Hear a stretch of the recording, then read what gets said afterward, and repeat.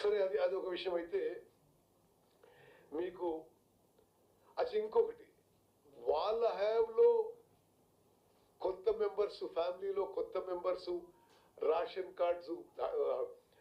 కార్డులో చేర్చే దరఖాస్తులు కూడా అది అప్పుడు మీ సేవా సెంటర్లో అప్లికేషన్ చేసుకోమని చెప్పారు. అవి కూడా మేము పరిశీలన తీసుకుంటున్నాం. అప్పుడు గత ప్రభుత్వం ఇవ్వలేదు, మేమే పరిశీలన తీసుకుంటున్నాం. Looking very serious Rahul.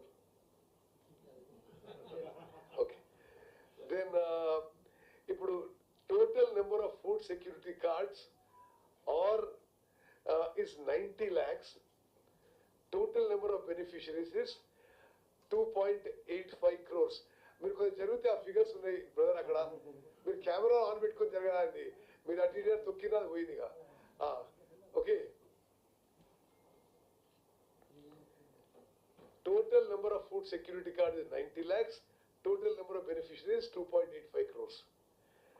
Total expenditure now presently on the PDS system is for rice is 10,665 crores.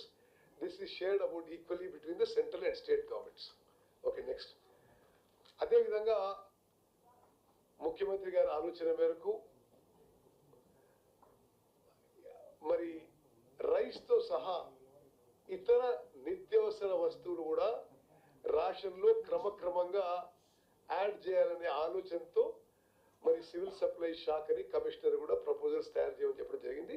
It be as the states financial position improves, ఈ రైస్ తో సహా ఇతర నిత్యావసర వస్తువులు కూడా యాడ్ చేస్తామని చెప్పి కూడా నేను మనం చేస్తున్నా. పప్పులు, ఉప్పులు, చింతపండు ఆ విధంగా అది కూడా యాడ్ చేయబోతున్న విషయం కూడా నేను మనం చేస్తున్నాను. Just go back to earlier slide. Okay, the inaugural launch of distribution of Sanna Biyam under PDS from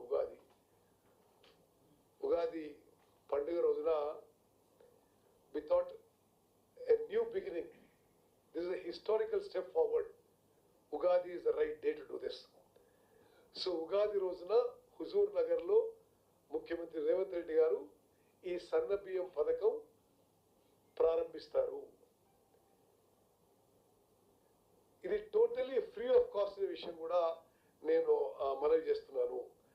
30 తారీఖున హుజూర్ నగర్ లో ఉగాదిన స్కీమ్ లాంచ్ చేసి 1 ఏప్రిల్ నుంచి రాష్ట్ర వ్యాప్తంగా అందరు ration card holders will be eligible for free fine rice. ఏమైందమ్మా, పోయింది slide. The first of it's kind initiative. This is the first initiative of its kind taken in the entire country. భారతదేశంలోనే ఇది ప్రప్రథమం.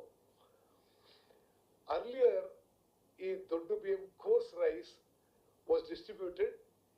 This resulted in, consumers did not prefer it. It resulted in resale and diversion.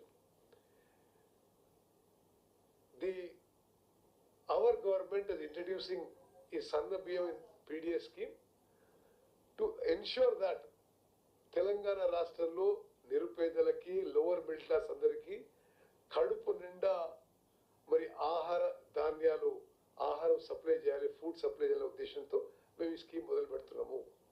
అదేవిధంగా owing to its better preference and more consumption, the government envisioned distribution of Sanna Biyam under PDS to increase ration consumption and to eliminate PDS recycling and pilferage. Next slide. సరే, ration షాప్లో సన్న బియ్యం దేశంలోనే ఇది మొట్టమొదటి రాష్ట్రం. Next, we are now planning to give 30 lakh new beneficiaries. అంటే ఇప్పుడున్న బెనిఫిషియరీస్ కంటే 30 lakh additional beneficiaries. This is under verification, but this is our expected, and the total number of beneficiaries will be around 3.1 crores. Now, the total financial outlay for this scheme will be 5,489 crores for Government of India and 8,033 crores state government share, total being 13,523 crores. And all the ration card applications have been received. మేము ముందే ప్రకటించిన నిరంతర ప్రక్రియ verify చేసి అది అందరికీ ఒక phase మేనర్లో ఇవ్వడం జరుగుతుంది. ఫిజికల్గా రేషన్ కార్డ్ చేయడం లేట్ అయినా ఇమ్మీడియట్లీ అప్రూవల్. ఫర్ ఎగ్జాంపుల్ పాత లిస్ట్ ఉంది 90 లక్షల కార్డులు 2.81 crores. వాళ్ళందరికీ ఈ 1st April నుంచే సన్న బియ్యం సప్లై చేయబడుతుంది. Then the total number of ration cards may reach about 1 crore and may cover beneficiaries of 3.1 crores. Okay. The additional financial burden for distribution of Sanna BM to 3.1 crore beneficiaries will be around rupees 2,800 crores.